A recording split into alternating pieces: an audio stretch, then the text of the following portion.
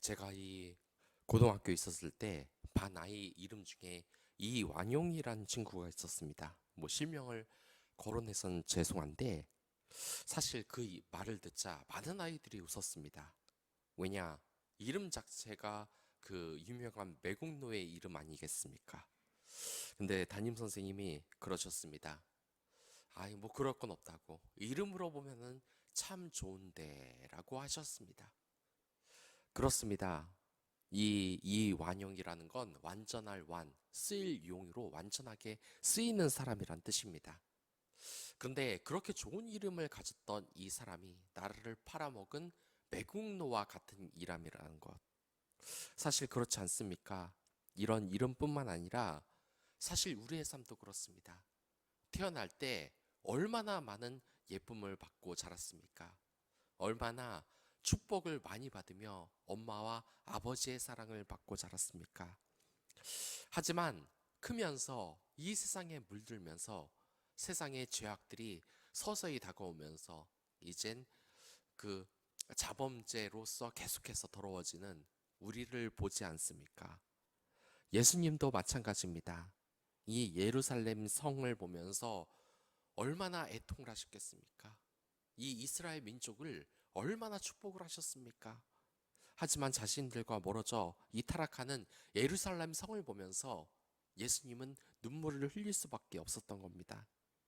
이 예루살렘이 예수님에게 왜 특별할 수 있느냐? 그것은 바로 성전이 있기 때문입니다.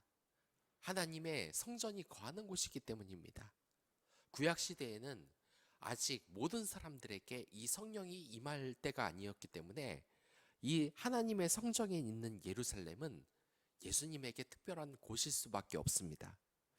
그러나 이 하나님이 거하신다는 이 예루살렘 성전에서는 사람들이 장사를 하고 있습니다. 거룩함을 잃어버린 것입니다. 그렇기 때문에 예수님께서는 애통을 하실 수밖에 없는 것입니다. 그리고 이 성전이라는 것은 오늘날 무엇을 의미합니까? 바로 우리들 자신이 하나님의 성전인 것입니다. 이 하나님의 성전이 하나님의 신부로서의 역할을 하지 못하고 맨날 바람피고 모른다 하고 하면 어떻게 하겠습니까? 예전에 저는 그런 이야기를 자주 했습니다. 목사님의 자녀가 자신이 목사님의 아들이라는 것을 숨기고 다니고 심지어 그리스도인이라는 것도 숨기고 다닌다고.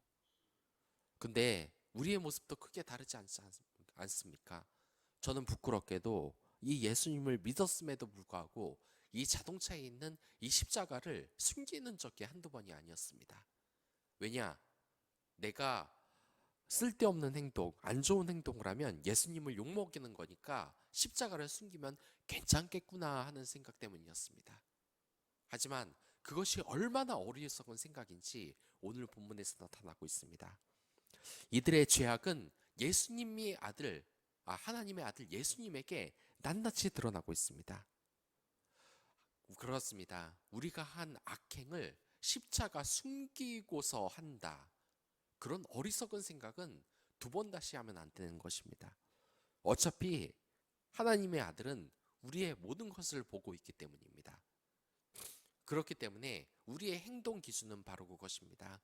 내 옆에 예수님이 계시는데 내가 지금 하고 있는 이 행동이 정당한 것인가 아닌가. 그렇게 살아가는 여러분들이 되시길 바라겠습니다. 하나님의 성전, 우리가 하나님의 성전인데 순결하지 못하게 결혼한 여자와 남자가 결혼했냐고 물었는데 남편이 없다, 아내가 없다 하는 것처럼 부정한 삶을 살고 우리가 그리스도인이라는 것을 숨기고 살면 그것은 사탄의 계략에 넘어가는 것입니다. 오늘 하루 그 예수라는 이름을 널리 알리시기 바랍니다.